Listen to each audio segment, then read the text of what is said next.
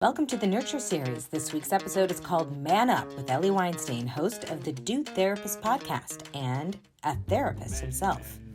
Do you like my snow-capped mountains in the background? I was going to say, wow, that looks very nice for California. I'm creating a vibe. I just got the Firestone for my Apple TV, and now I have like fireplaces going and snow-capped mountains. Candles. Yeah. I had an aquarium earlier. Do you have the Soul Cycle, flavor? I do have a Peloton. I can ride it on my screen here. I got one over here also behind me. Peloton. I'm a big Peloton guy. It's all about self-care, babe. It's all about 100%, self-care. 100%. So Ellie, tell us a little bit about yourself. What's your background? What's your main focus right now as a therapist? Well, as a therapist, I am doing my due diligence, my hard work, those 3 years from getting a license to having a private practice, putting in those hours. I work in a community clinic where I work with everyone. It's a Medicaid, Medicare clinic. It's a community-based clinic. My youngest client is 8 years old. My oldest client is like 72, ranging from self-esteem to schizophrenia and everything else in between. So it's a lot. It's really enjoyable. It's really fun. It's really hard. It's just a lot of things going on at once. There's so many things we could talk about because you see so many different kinds of patients, so many different kinds of people. But the topic for today is called Man Up because it's all about the male human species, which I have been fascinated to study a little bit more of and give our listeners more information around what can men do to avoid toxic masculinity. And what has been your experience with treating men? Is there something specific? I'll give you this question. Is there something specific that you are seeing amongst men today because of maybe this past year's challenges or just in general that you think men need to take a stronger look at? Well, I like to define toxic masculinity a little bit. And to me, that concept, and I'm taking this from a friend of mine, a colleague of mine, his name's Ryan. He does a podcast or thing called Daring to Dad. And we were talking a couple of days ago, and he said that toxic masculinity is doing the same thing that is unhealthy for every single man. That there's one rule for all men, that men have to be muscular. Men have to be strong, powerful, givers. Men are not allowed to cry. Men are not allowed to show their emotions. Whatever that rule is. So one big blanket rule. Mm-hmm. Right? So one rule that defines all men. And that is really what toxic masculinity is. The unhealthy side of the masculine energy that then is created as the rule for all men. And I think that the biggest thing that I see in the men that I work with is either anger or depression. Because of this year's challenge, or just in kind of a general way? I think in a general way, but this year's, I think, challenge is their expectations or balance of life that they never had to deal with before, because it was, I went to work, I had a break from my family, I had a break from my children, I had a break from the things that stressed me out or caused me to be on edge or frustrated or any other negative emotion. But now I'm just there all day, every day. How do I handle this? Because I've never had to handle this before. I've never had to watch my kids for this long. I've never had to deal with my wife or spouse or partner this long. I've never had to deal with anything this long. I'm so used to it. And that flexibility or lack of flexibility is causing struggles with definition of themselves, their role, where they fit in things, which then causes them a lot of anger. And then I think when I say depression, it's also the other side of depression, anxiety, because it's kind of two sides of the same coin. I want to talk about role, because I think that for the first time in our history, roles are being completely redefined. Yeah. And we're assuming over the years that it was the role of a woman to be home. It was the role of a man to leave and be, the hunter-gatherer. But now we're seeing that there's a lot of co-coupling happening. There's no way any of these couples could have gotten through this pandemic without the nature of coexisting. So what is the one thing men are really needing more of from their partners? So I love that you brought on roles, because I've told my wife before that if she makes that much money for us to be okay, I would totally be 100% fine with sitting back and taking care of our children or doing the dishes or the house chores or running the household. But it's not possible nowadays. Most jobs and most couples or most families can't do it with one income alone. So that role changes the old school mentality to the new school mentality. Also, to be a parent, a healthy parent, and a parenting team, you need each other, right? I might be better at putting my child to sleep than my wife, but my wife is better at calming her down because of that nurture connection they have. We all have to find where we fit into the puzzle of family. And it's not easy and it takes trial and error. And this year, I think, has pushed the boundaries of all our roles are mixed and matched no matter what we were good at, what our skills were, what our talents were, our strengths or our weaknesses, because there had to be a give and take. Because if you're working and I'm not, it doesn't matter what I can do, I need to do it. And that Yeah. is the struggle of adjusting your mindset of, well, I don't do diapers. Well, someone has to clean the diapers. Well, you do now, buddy. So It's so true. you're saying a lot of guys are kind of having that difficulty readjusting to Yeah. this is a new normal, and this might be the new normal for the rest of the world, for the rest of the ages. And Yes. God bless us that we finally have this twist because we needed it. And you know, I'm a husband. I cook, I clean, I take care of my child. It's how I was taught at a young age, but not all guys are taught that way. My father definitely, and his father definitely were not fit into that role. My father still doesn't change diapers.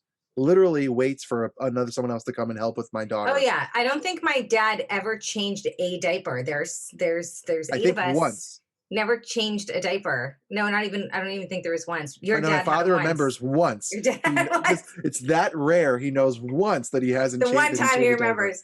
He's like, oh, it was a long December night, and it was Right. It's funny because you know, did you struggle with reinventing your masculinity after growing up in an environment where you saw it a certain way? No, because it's a great question. I love that question, but I never took that as a lesson because my father was there in different ways. It wasn't okay. Mhm. So maybe he didn't change a diaper. I don't even remember those days, but he was there in different ways. He would play and he would be there for us and was very supportive for different things that my mother couldn't be. My mom was there for things that my father couldn't be.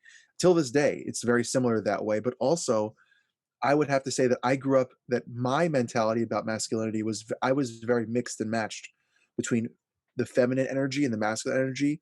So I wasn't always that brouhaha bro dude. You know, that wasn't my vibe ever. I was kind of the one who had all the friends who were girls because I could hear and listen and talk, and I was interested in how I looked and those kind of things. So I got flack for that growing up as a kid. You know, I was in a choir called Miami Boys Choir growing up.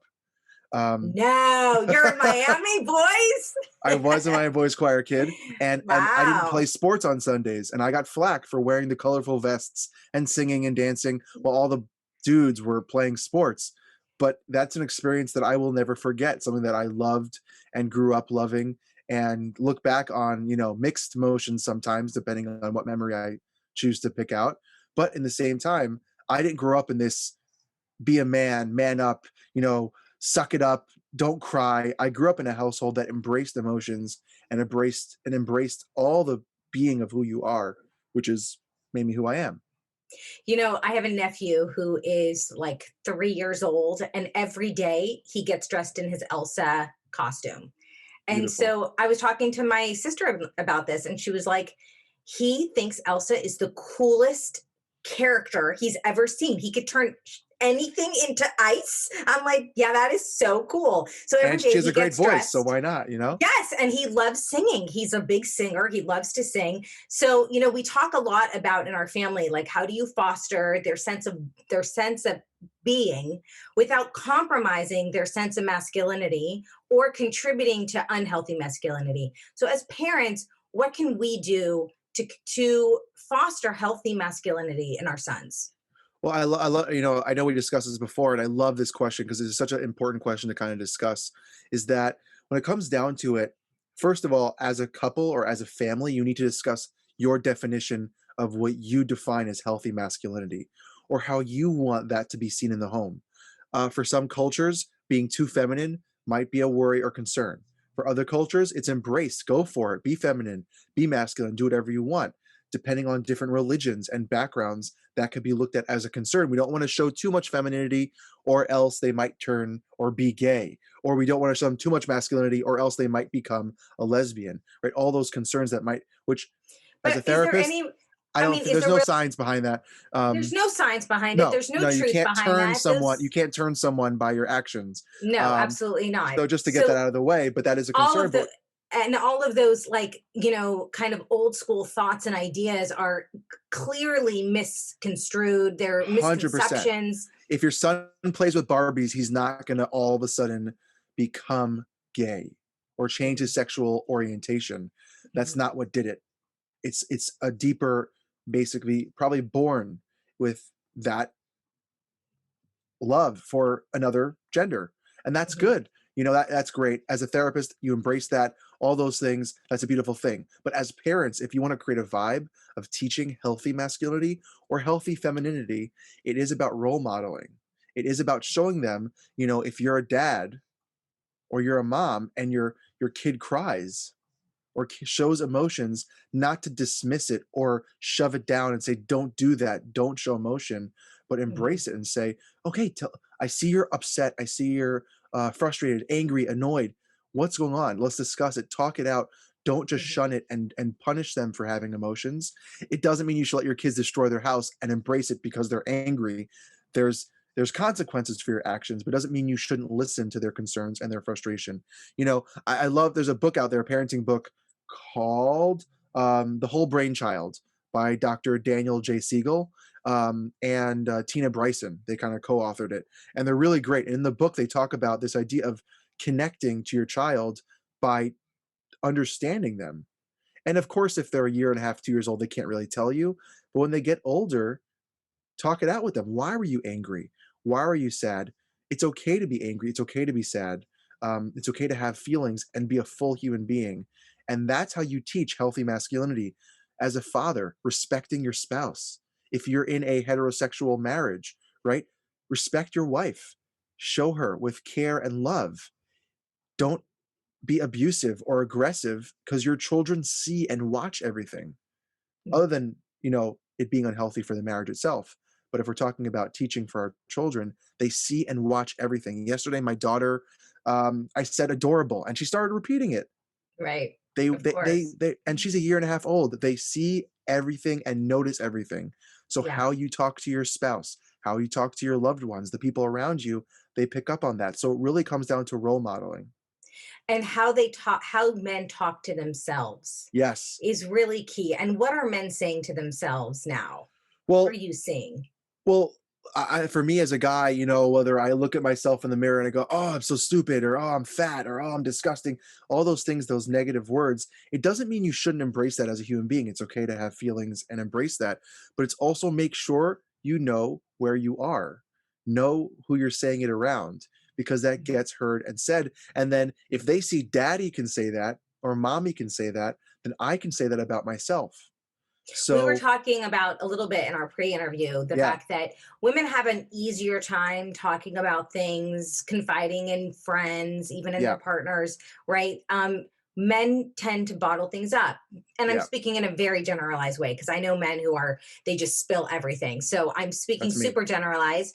But let's talk about the guys who are more tight lipped, who don't like to talk about the things that are uncomfortable. What are some tips that you can give a man who is really struggling with some inner anger, as you had said, disappointment, lack of expectations? What can they do? And I know what we're going to say is like speak, but what can, like, a lot of times a guy feels like, A, it's not sexy to have that conversation with someone else. B, like they don't have their bros that they go to for their Yeah. inner conversations. So what would you tell somebody who's struggling with So inner thoughts like that? So I love that question, and I want to just throw a myth out there that actually is a very sexy, attractive thing for women to see their men be vulnerable. Yes, So for I all the men totally out there, agree. all the I men do out there who agree. think that, oh, I have to be strong, my wife or my girlfriend will think that I'm weak. It is a very attractive thing to see your partner show emotion. Now, I like to use this example sometimes. I don't know if people out there are Friends, the Friends show, where Yeah. Rachel is trying to break through Bruce Willis's character in one of the seasons. And Monica says, oh, just let him talk. Give him a space. Give him a safe space to let him know that you're there when he's ready. And then the rest of the episode, Bruce Willis cannot control himself and is crying for the whole episode. And that, I think, is something guys are worried about, that if I open up, all of a sudden the dams will be broken and I'm just going to be a blubbering idiot and I will not be able to stop it. So the first thing I always tell guys I work with, or women who have men in their lives that struggle with this, is give them a space and let them understand that when they want to talk, I am there. And when they do talk, don't judge, don't comment, don't push back, just listen and be there. The second thing, maybe get a journal. Before you get to the second thing, and I want to talk about the second thing because it's a great idea, the journaling. But before you get to the second thing, I think what I hear a lot of women tell me is, I want to hear what my man is going through. But then when they really get to the point of it, and the guy starts talking about it, they're like, actually, I really don't want to know this. I really want you to be my savior. Never mind, be silent. I want you to be the strong guy. I don't want to hear your troubles, because then I'm looking at you with a little bit more like, I don't know if I trust everything that you're saying. I do hear women say this. This is a real thing. So as much as it's like, yes, it is so sexy when a guy is able to be real and honest. But I think there is a difference between being real and honest and then just needing to vent like crazy. Yeah. That should not be reserved for your wife. I think that should be reserved for your therapist.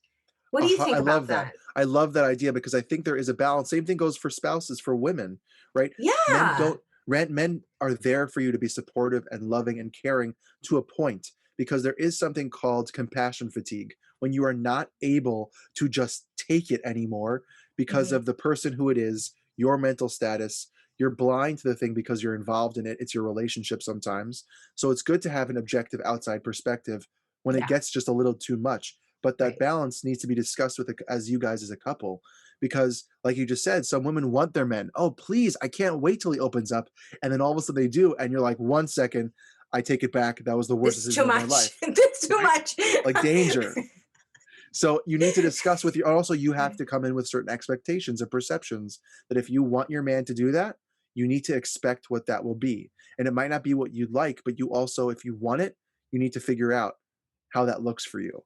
And I think if a girl is feeling like, I don't want my man to have these conversations with me, the question you have to ask yourself is, what are you afraid of? Why are you afraid of your man getting vulnerable? What is scary about that? Because a lot of times it's just made up in your own head. Like, I'm scared because then I'm scared that if he falls apart, that we'll both fall apart. When the truth is that that's just a narrative you're telling yourself that's 100%. Not real. You know, one of the biggest things that I love about, I could talk a lot about my marriage, but one of the things that I love about my wife and I is that when I'm not at my best, when I'm not producing or I'm not feeling great, I have a chronic illness. Some days I'm just not myself. My wife steps up, just like I do for her. When she's not at her best, when she's struggling, when she's at a low point, I step up for whatever she needs from me. That is a give and take of a healthy marriage. It's being the rock for the other person when they need it. And it's not being afraid to see them when they are quote unquote weak or low. They're human. So it's truly about your perspective on what you want your spouse to be. If you want a quiet, silent, strong man to say no words whatsoever and just be that safety net, then that's what you're going to get. But you're also going to get, oh no, what happened to my LL Bean commercial? Not sponsored. Video play after this ad. Okay. Yeah. But you're also going to get, alongside that strong, silent guy, is a guy who will not share anything with you. Yep. So you get what you get. You shouldn't be upset. Exactly. So you have to find that balance. It's like, there is a balance. It's not all the way white and all the way black. There's a gray middle ground, and the key is to find it. Okay. Number 2, what is the second thing a guy can do to put some of his emotional energy in a place that's safe? Exactly. So the whole key is safety, right? Because guys are afraid to share because they're worried about being hurt or being dismissed or being judged. Exactly. Yeah. I love that word. And so a journal, and you can get the manliest journal. You can get it black with leather and sports teams or whatever things you need to make it dude it up and bro it up as much as you want. You can get a lock. Go bro with the journal. Go bro with it, right? Go all bro all over it. And it's yours.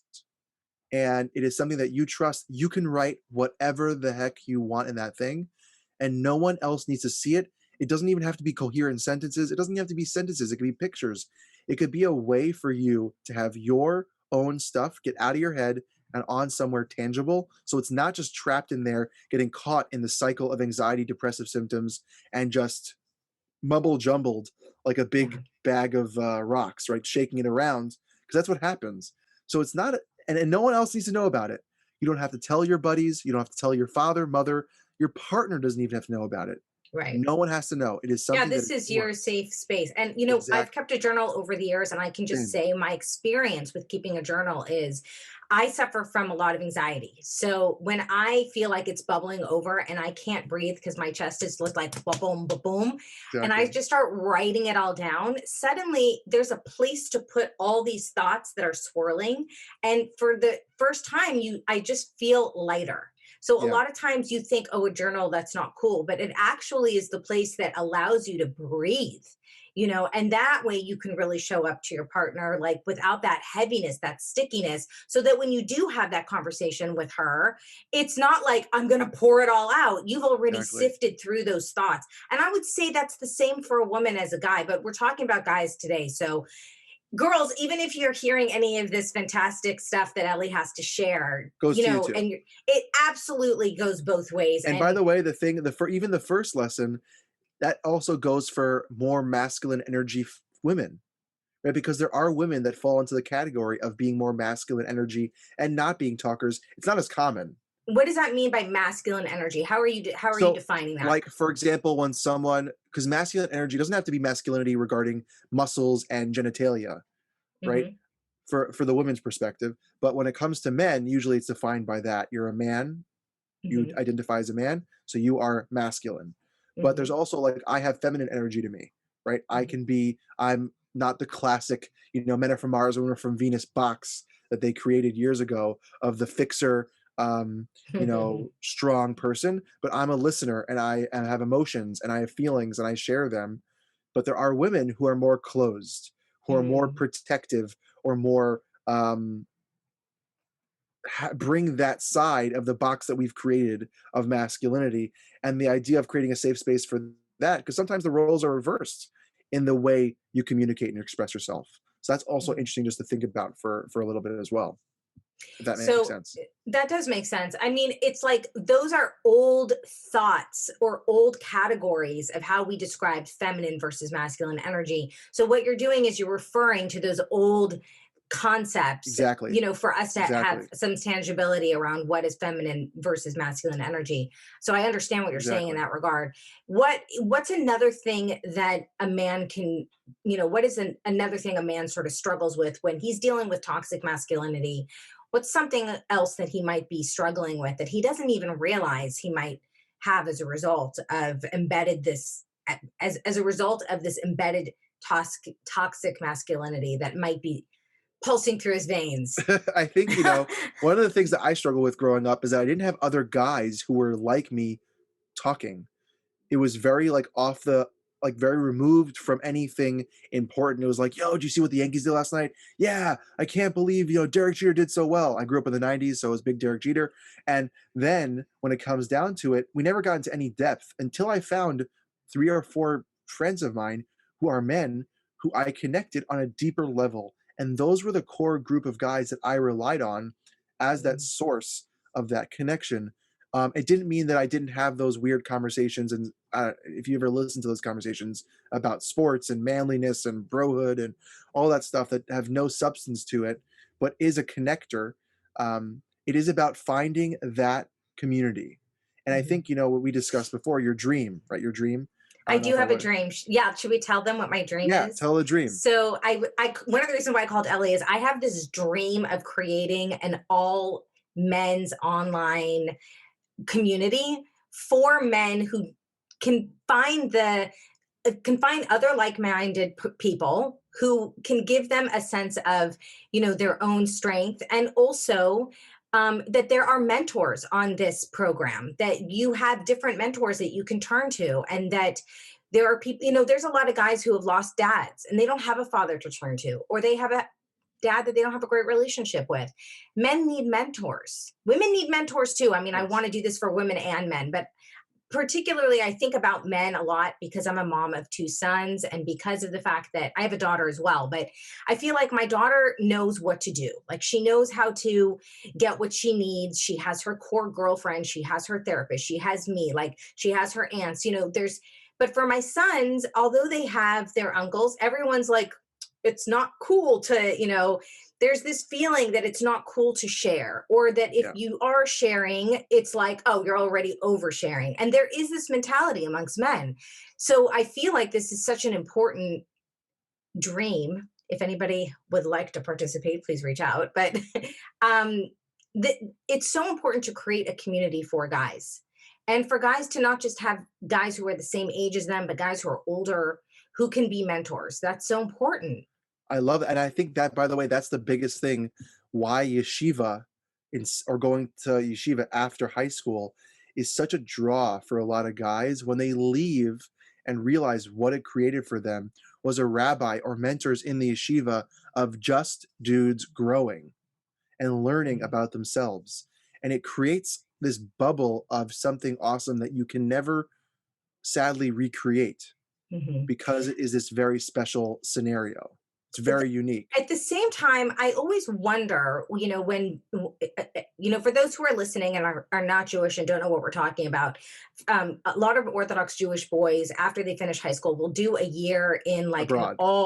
abroad, an all boys school. And typically it's a Talmudic seminary where they learn to study further their Jewish studies. But the question that I have really, and Ellie, you could speak to this, for the men in Orthodox Jewish communities, or even in other more religious, you know, uh, communities where men are really sequestered around being just together. There's something to be said about men having female energy around them. It Yes. inspires them sometimes to not have that locker room mentality. Yes. And I get concerned about that sort of thing when I see guys coming out of these institutions where it's all men, and there's this almost lack of sensitivity. My son, I ended up there were two choices for my son for high school. This is my youngest. It was either an all boys high school or a high school that was for boys and girls. And I chose the high school for boys and girls on purpose because I felt like I wanted him to come out a gentleman. And I am so happy that I did, because in the end, the guys that went to the all boys school, they weren't as sensitive. They weren't they weren't gentlemanly. They didn't have manners the way the boys who went to the school with all girls did. Those boys came out so sensitive and understanding. They also excelled more in their studies because they wanted to prove to the girls that they could do better. And so they did. And I often wonder, is some of the toxic masculinity that's happening in our Jewish circles, or more religious circles, I should say, because it could be Jewish, non-Jewish, there are a lot of different religions that adhere to the boys and girls being separated. What do you think is the answer to this? Like, is Well, I there, also what I'm think saying? you had a big part in helping him grow up to be a gentleman, by the way. I think it also has to do with the family home as well. I think Yeah. it says a lot about you guys as parents, creating that gentleman sense and teaching him lessons to be a gentleman. So that's one part. The second part is, whether this is a weird thing to say, that's why Rebbitzins are so important in the Mm, community. mm, If you go to yeshiva or you study abroad, the rabbis live on campus or not, and you go to their house for Sabbath and you spend holidays with them. You go to their house for seminars and teachings and lessons, and their daughters are there and their wives are there, and you have to act a certain way or you can't come, right? The rabbis will not let that fly.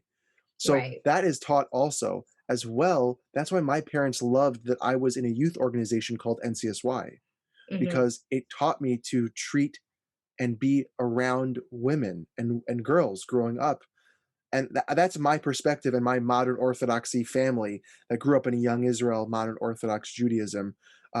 That's what we liked. My wife, her parents did not want her to be in a co-ed environment. They wanted her to be in a single gender thing that was about school, but after school she got involved in an organization called EDA, for special needs and yachad. That was good. That was a safe, loving environment. And NC SWAT had a bad rep in the West Coast at the time. Yeah, it So did. it When I was did. I younger, it know. did. It's funny because, the question is, do you think that separating our boys and girls, I'm going to be really bold and ask you, do you think separating our boys and girls to the extent that some of the religious institutions do you think that is contributing to toxic masculinity? I think it definitely creates an environment of that bro dude, like, knit group of, like, you wouldn't want to hear the conversations that probably happen in a dude all boys high school. It's I disgusting. definitely I, don't I want to went hear to an it. all boys high school. I The don't stuff want we to hear talk it. about, the things that are Yeah. thought, the things that are said is not the greatest, but it doesn't mean that, I look at my high school, it was kind of small. Out of the 50 guys of my graduating year, or 30 something, I think about 15, 20 of them came out gentlemen, because we had also the other key part, which is growing up with role models in your life and Mhm. outside of the school that helps boost you up and teach you what it truly means to be a whole man. Mhm. And it takes multiple layers. I don't think that the school is the be all and end all deciding factor. Are you going to be toxic, have toxic masculinity or not? I think that doesn't help sometimes. Also, it depends on the kid, right? If we're talking about one kid might do better and might get too nervous around girls and then crumble around being in a co-ed environment, or it could be the school doesn't have the right education system that you want, that can change the whole conversation. But just about toxic masculinity, I think it doesn't help, but I also think the family household is what truly creates that sense of what it means to be gentleman, as well as it does for religiosity, right? It's Yeah. not just a school, it's also what you learn in the home and how you live in your community. Yeah. And I think that also, like for those kids who might be listening to this podcast who are 21, 22, between the ages of 20 and 25, and maybe they had spent a good portion of their experience in a school where they had very little experiences with women. What are some healthy ways that you think they could tackle getting in tune with their healthy masculinity and also learning gentlemanly uh, habits? Well, first off, if you are young enough and you can volunteer or be a part of a organization or company that has co-ed events, let's say if you're of the Jewish religion, like Yachad, Eda, NCSY, Hask, um, Camp Simcha, or all those, amazing things, gives you a safe place to be yourself with girls or the opposite gender around. I would also say that take a guy who's 22 years old, might not be Jewish at all, make big time Yeah, sports with his brothers. This applies to every single person. Go and volunteer amongst a group of people, whether it be or at your even get church. involved in your school. Yeah, your If church, your you're in synagogue, your college, school, right? Those are different ways that you can sort of embrace healthy experiences around helping somebody else. Because whenever you have to go outside of yourself, yeah, that's a big indication of how you can sort of get deeper into yourself as well. very true. Very true. And there are so many homeless shelters and food banks and places there are so many needy organizations out there that are never lacking of volunteers, that it helps you just have an environment for a better cause than just you, around people that are not just like you. So it Yeah. teaches you skills, and you learn by being around and surrounding yourself with the other, or whatever that means, whether it's race, religion, ethnicity, culture, gender. It creates this environment of you understanding and learning. When I went to grad school, I had an option of going to a Jewish grad school Mhm. or a Jesuit grad. I ended up choosing to go to Fordham University, which is a Jesuit college. And the Mhm. reason I went was because I went to Jewish schools all my life, and I wanted to learn and be around the other people so I can become a fuller person. And I Yeah. don't regret it at all. It was an amazing experience, but that made me whole. If I Yeah. would have just stuck with the same people that I've been with since high school, it would have just created and perpetuated the same things that I've done for years.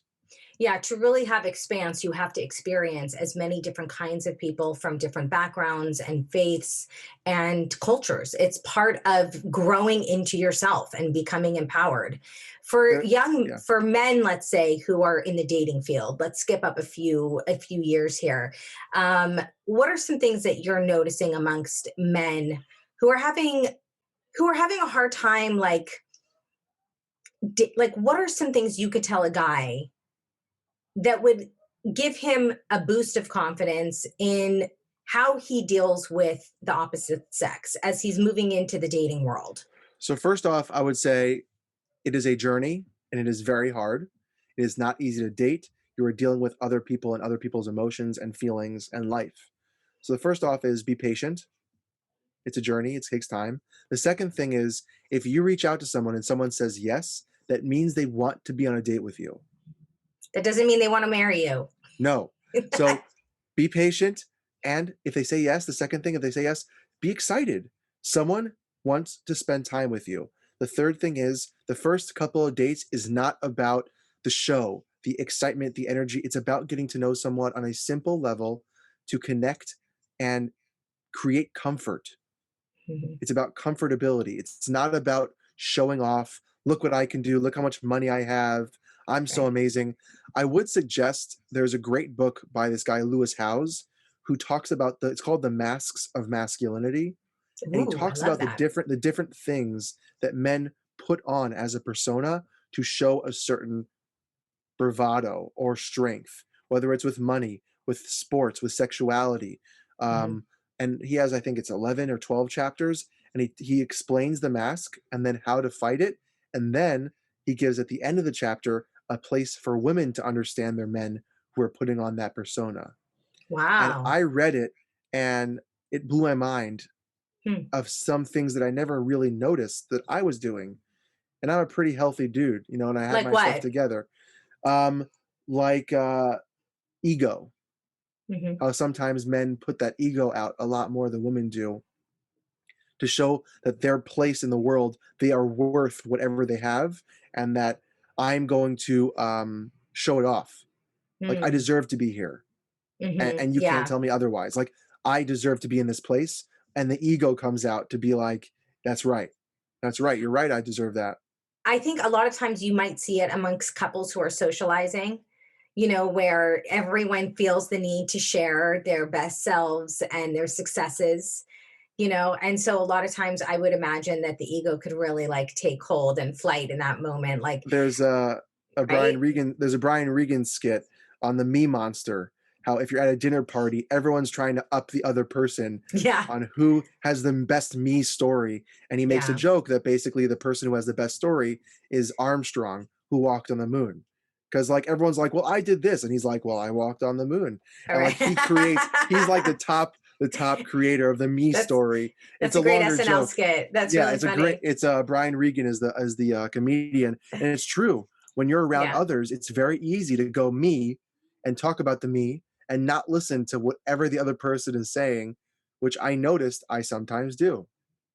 So I think that, when we talk to the young guys who are dating, ask a lot of questions. Don't talk the whole time.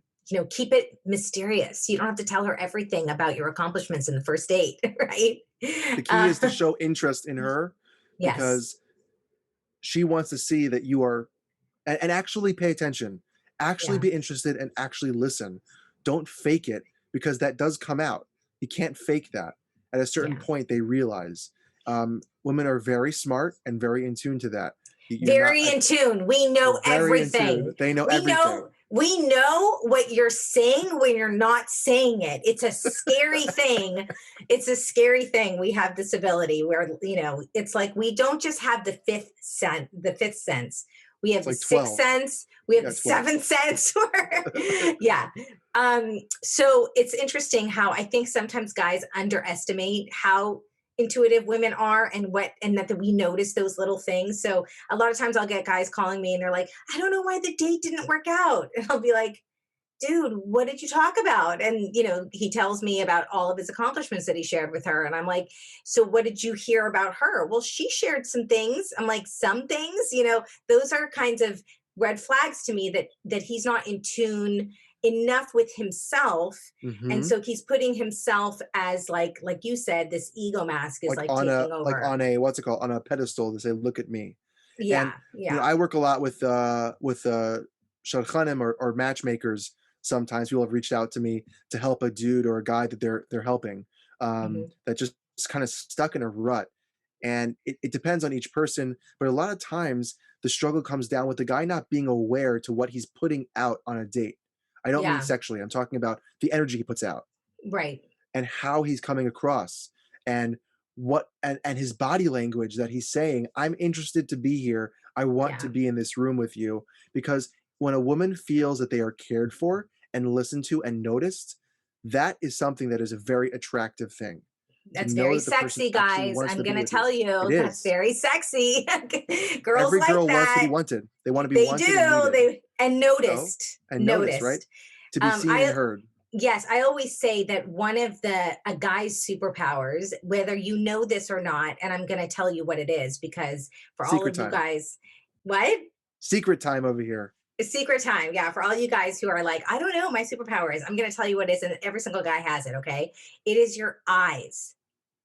Because you are very much led by what you see, okay? You're very visual creatures. Yes. And women like knowing that you're noticing them. You know, whether you're a husband or you're on a date, if you're not paying attention, if you're on your phone or if you're watching TV or if you're watching the game and you're not every few minutes making it a point to see the person that you're with, your loved one, she will notice. And Yes. maybe not today, and maybe not tomorrow, and maybe not next week, but she will crack and she will flip. And then And he you will will be kill like, you in your sleep. and you'll be like, what did I do? I'm just living my best life. You're not looking. That's what you did. I gotta tell you a funny story about that. When I first met my wife, so I have ADHD, and my eyes and my body language is all over the place sometimes, if you can't tell. I actually can't tell, maybe because I also have ADHD. I'm convinced Well, I have it. I'm literally, you should see, you don't see my feet. My feet are doing a little tap dance on the floor, and I'm Okay. rocking back and forth in the chair. But when I first met my wife, she thought I wasn't interested in her.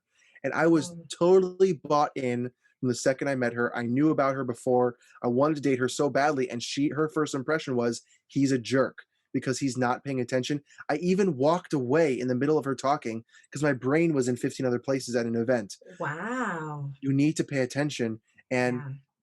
and it doesn't mean you should be really creepy about it. Like, don't like lock Don't eyes and never. stare. Yeah, don't stare. That's very creepy. There's Don't an do that, art guys. to how you use your eyes. There is an art to it. Ellen Fisher is a sexual a scientist who studied human sexuality. And she actually had done this experiment where if a man and woman can stare at each other for a certain period of time, I think it's like 60 seconds, they can actually fall in love. Yes, because It's it a real creates thing. this neural connection, mirror neurons, and the endorphins and dopamine and everything. All the good stuff. So Yeah. if you and your spouse are struggling with each other, the best way to really get reconnected, even if it hurts and it's weird and awkward and you have to smile through it or laugh through it, is literally lock eyes for that minute. Lock eyes, like just wake up in the morning and be like, we're doing this, you know? But my question to you is how has that affected your relationship? Because if you're all over the place, she knows this about you, but she would still require you to be present. How do you combat that? What do you do? So I've gotten really a lot better at dealing with that, and I also show my love and my attention in different ways. Whether it's a saying, "Oh wow, you look so beautiful today," or which I mean, like and it always has to be genuine. It's not just what's it called, lip service. It's Right. If there's actual baby meaning food it. all over her hair and Yeah. she's like smelly from not taking a Exactly. I'm not shower, you're like, not necessarily going to give her that compliment. no, I might say something else, but I always say genuine comments about her that are positive. I will give her a kiss on the forehead or on the cheek, give her a little love, here and there when I can. And the funny thing is that, we're discussing before the roles. My wife struggles with paying attention because of technology. Mhm. So the phone thing, she'll not pay attention, and I have to remind her, like, I need you to pay attention for a second, and then she looks up. But it's all about creating that. We're learning. We're learning. I'm only married over a little bit over 5 years, so we're Yeah. still newlyweds. Yeah, Right? We're you're a still learning baby. about each other. We're babies. We're still You're a learning about baby. those little skills and things. But I have worked very hard to show her when she is talking to me, I give her my full attention the best I can. So we talked about what girls need, that, women need to be seen. They need to be looked at. Guys need to take more effort and energy and really using their visual. What do guys need? What do you need? Respect. Hmm. respect and honor. And it doesn't mean in like the old school way of like bowing down and at the feet of their throne. It means that to respect their opinion, to respect their thoughts, to listen when they talk, and to respect their actions and what they do for a living and how they show up and when they show up. Because when a Yeah. guy feels respected, also putty in hand, it is something that Mm. is just very, very important to guys to feel inside that they Yeah. are needed and they are useful and they are helpful and they are there. So when you show respect or honor, whatever word you want to use for that, I like to use respect because honor sounds really old school and weird. Um, but respect is something that I think is the biggest key. And so if a guy isn't earning the respect because he has some toxic responses, Then then what? what? So it also has to be two-way street, right? You can't get respect without giving respect. You Yeah. can't give trust without getting trust. So when it comes to respect, if the male is not getting it because he's being aggressive or abusive or angry or mean, that's something that needs to be a discussion between the couple, or maybe go to couples therapy to deal with it, because there's a disconnect between what is needed in the relationship and what's actually happening in the relationship. You know, I work with couples all the time, and the biggest thing that I have is that disconnect. Literally, someone I spoke to today, a couple, is that they were saying, I want a good marriage, I want a healthy marriage. When we get down to it, the idea of trust, they're not on the same page. Or Why is respect, that? because one wants the one thing and the other thinks that they want the other thing, and they're not talking to each other, and they're really not Um, hearing each other. They're not listening to what the other person is saying, what I need from you. So and do you think the reason why they're not listening is they're just so caught up in what their own needs are? They haven't yes, stopped to pay yes, attention. They're not paying attention. yes, it's they're not paying attention to the other person's needs. And it doesn't mean, just to clarify, just because you want to pay attention to the other person's needs does not mean that you dismiss your own needs as well. It just means that you're open to what they need as well. You're giving Yeah. and opening yourself up to them. And also, if you're open to what they're going to say, they'll be open to what you need to say. And then you have an opportunity to share what you need. But if a guy is not getting the respect they deserve because of, or need because of toxic masculinity, just like with the girl who wants that strong, silent man who won't say anything but then complains that he's Mhm. not talking enough, you get what you get and you don't get upset. But you also need to then, if you want different, you need to talk about it. You Well, need to if bring you it up. want different, then you have to behave different. Exactly. I mean, you can't show up to a relationship with expectations and then play the same game you've been playing. At some Exactly. point, you have to mix it up. 100%. Yeah.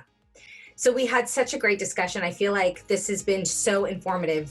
Guys, if they want to get a hold of you, if they want to have a session with you, if you want to be a mentor to somebody, tell us where we can find you, Ellie. Sure. And I'm also not just with guys. If girls are struggling with their men in their life and they want to talk or pick my brain about how to deal with it better, I have an Instagram account, elevation_therapist. And I have a podcast, The Dude Therapist, and a Nice. website, elevation.org. Reach out anytime. I'm very accessible, very available, and I'll help you the best way I can. And if I can't, I'll try to help you find someone who can. I love it. Ellie, you have been so great and so open and honest and vulnerable with me. And I so appreciate everything that you had to say for our listeners today. One last question, and I always end with this. How do you nurture yourself? I do two things. I read for my brain, and I work out for my body. And that might look differently in different ways, but I try to take care of myself so that I can be the best way and get my energy out the way I need to, so I can be there for my wife and for my child, and also be the best person for myself when I need it the most. I love it, because self-care is not selfish. 100% it's not. It's very important. Thank you so much for sharing today. It was really awesome. Thank you for having me. All right, kiddo. Nurture this.